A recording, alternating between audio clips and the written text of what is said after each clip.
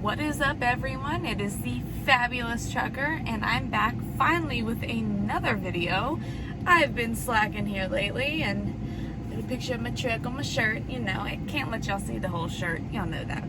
So today, I am sure we are going to be interrupted either by the shipper that I'm at, or we are going to be interrupted by bees that are flying everywhere because I have been stung once already and I don't want to get stung again, and I'm sick of it. But anyway, we're going to get into it. Warning, today is going to be quite wild. I'm going to be all over the place.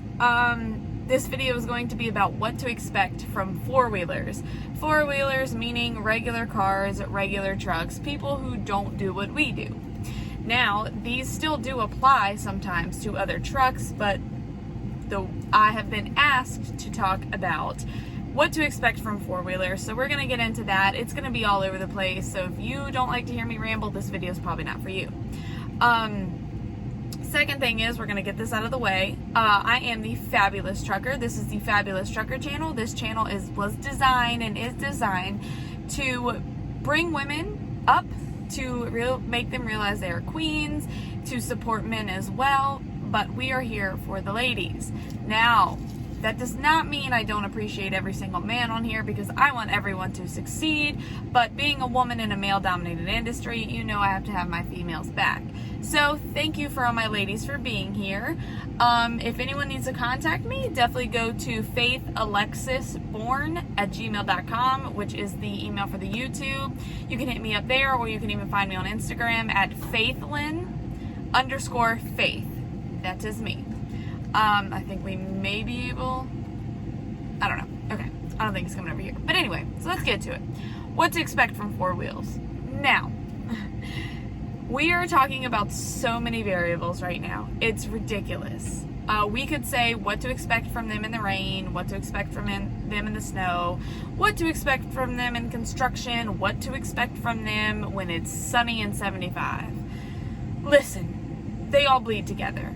They all bleed together. These four wheels do not, for the most part, understand how we operate. Some of them have prior knowledge to what we do. That's cool. They are always very helpful, but they still aren't very respectful. So when I talk about these things, you can expect this, whether it's raining, snowing, sleeting, sunny and 75, windy, all of that. All of it. All of it applies. But I am going to separate it just because it'll make things easier on me. Now, we're going to talk about in perfect conditions. This is what a truck driver loves. It is sunny. The sun is not shining in your eyes. The ground is wet. It's not windy. You know, the perfect weather conditions out here. Four wheels are going to not respect your space. Get ready for that, because this is no matter what. This goes for every weather condition possible. They are not going to respect your space. The first thing that comes to mind is they're going to pull out in front of you. Get ready for that. Get ready for the slight hesitation they have, and then get ready for them to come out. Because you're going to either need to decide you need to go in another lane, or you're going to have to stop. That is one thing I tell everyone. Get ready for four wheels to pull out, because they don't understand a moving truck that, you know, is, say, 80,000 pounds max. We can't stop within, you know, the couple hundred feet they pulled out. And their little cars, they're not going to be able to speed up in time. They don't realize how fast 60 mile an hour is, you know, for anything, let alone a huge, honestly, if we hit them, killing machine. So be ready for that. In another note, be ready for them to cut you off. This is kind of the same thing. But when passing on the interstate, cars, four wheels, whatever you want to call them, they won't realize, hey, we still need that space in front of us. So they will cut our bumpers. They will straight cut our bumpers. I mean, I've had people cut so close in front of me where if I didn't slam on the brakes, I would hit them. And then they flick us off. For what? Why are you giving me the big, you know, F you if you are the one who just put both of our lives at risk? That's a big thing. That's a huge thing. Cars and four wheels, we'll call them, I'm going to say both throughout the video. Four wheels will literally ride beside you in your blind spot. for just minutes. For what? Told you we'd be interrupted by something. This time it's music. They will literally go to pass you, and instead, that's uncalled for, sir. Instead of just passing, what they'll do is they'll either ride right on your bumper, or they'll get up in your blind spot. They don't realize that A, we can't see them. B, it is very dangerous for them to be there. Very dangerous. What if a steer blows? What if the wind just all of a sudden decides to put such a big gust on the broadside of my truck that pushes me in their lane? They don't understand that. They don't respect that. They also don't respect, let's talk about blind spots, riding so close up to our butts. Now, I've had a lot of people ask me, is it true if I can't see your mirrors, you can't see me? Yes, it is true. Even if you can see my mirrors a little bit, more than likely I can't see you. You're going to need to see full mirror in order for me to see you. Now, I've got to ask, why is this a problem? We're behind you. You're not going backwards. This is a problem because, A, I don't know you're back there.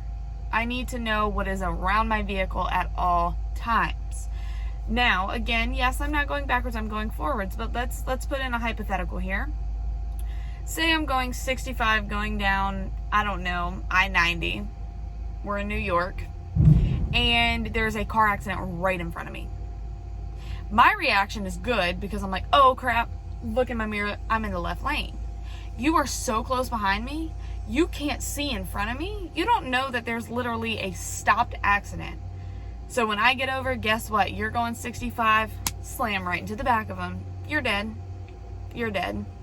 Let's give a little more of a less gloomy hypothetical. Say there is, I don't know, a stopped vehicle, or a dead deer in the road, or a dead bear. Let's say a dead bear.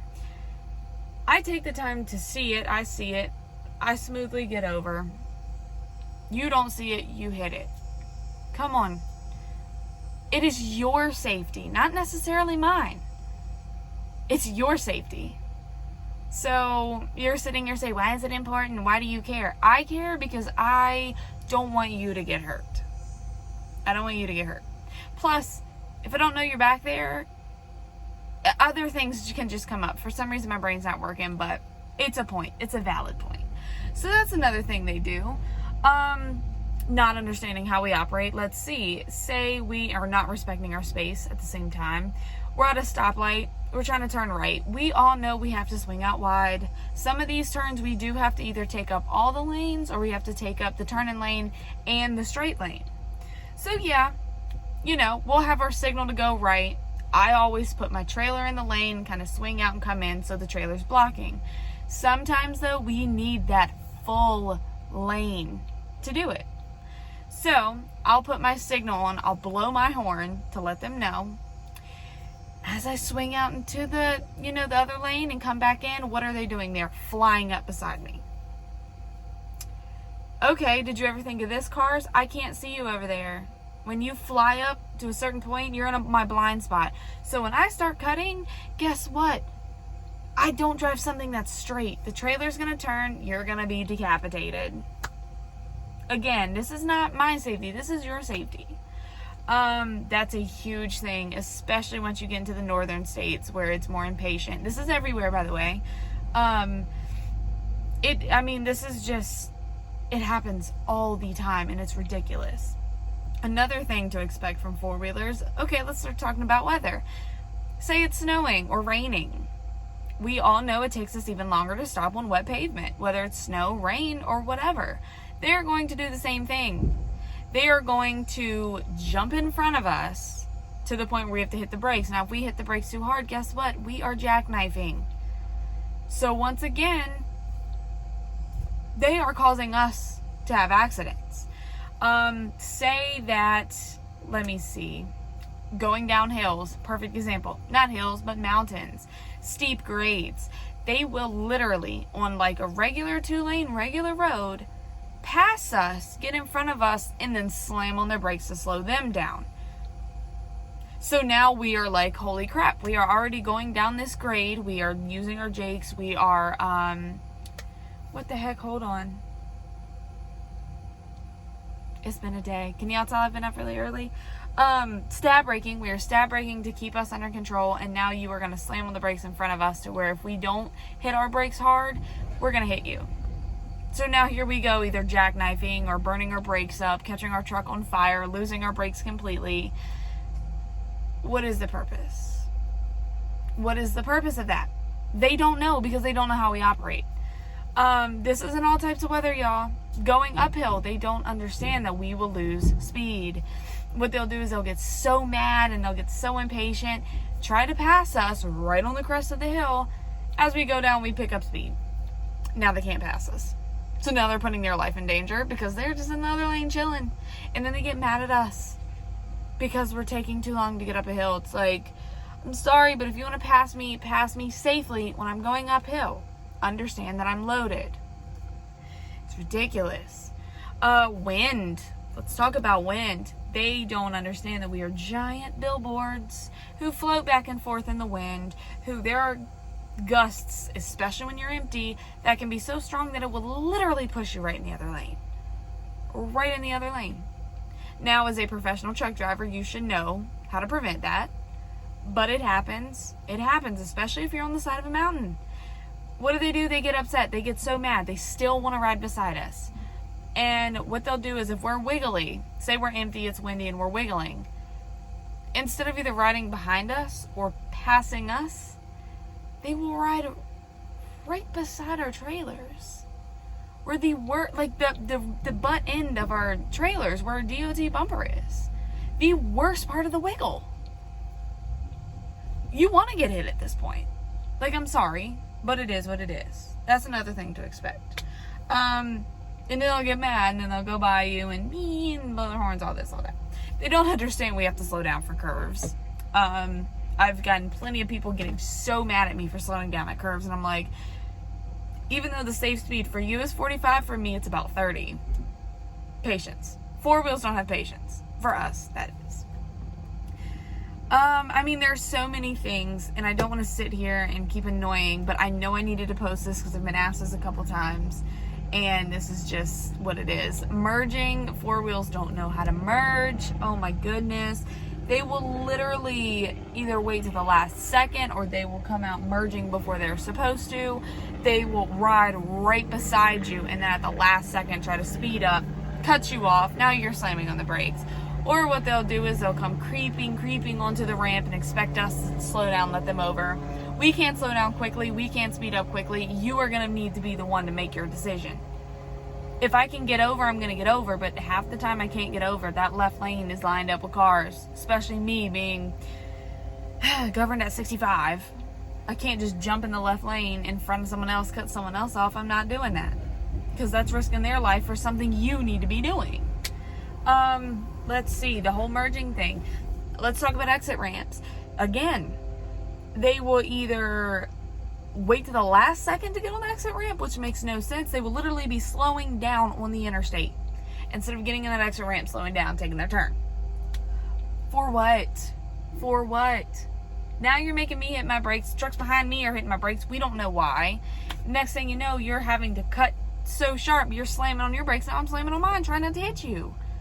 Meanwhile, people in the left lane are trying to get back over in the right. Oh, but you're there. So for what? You speed up, you slow down, you need to be able to judge that. And especially if you are a vehicle that can get up and go, I would say 4 times faster than I can, especially when I'm loaded. When I say we, I know trucks have more power. Some trucks have more power than others, but again, we are not as fast as a car. Let's just put it out there. Taking off wise. So that's another thing. When it comes to merging, be very careful. When it comes to reading road signs, four wheels do not typically do that. In construction, when it says right lane closed 10 miles, right lane closed 7 miles, right lane closed 5 miles, right lane closed 3 miles, right lane closed 2 miles, right lane closed 1, right lane closed a quarter of a mile. Where are they? They are in that right lane. All the cars are in the right lane because at about, I'd say 1.5 miles from the right lane being closed, I go ahead and jump in the left lane. Now all of them are jumping in the right lane, but they didn't read the road signs. So this is where we get bottlenecking, and this is where we get backups, because they all want to just get right up beside me. The lane's ending. I can't just slam on my brakes to let them over. Yes, I'm going at a slower rate of speed because it's construction, but there are so many cars lined up beside me.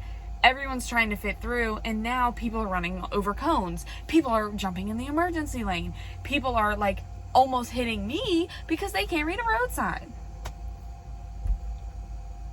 Expect that.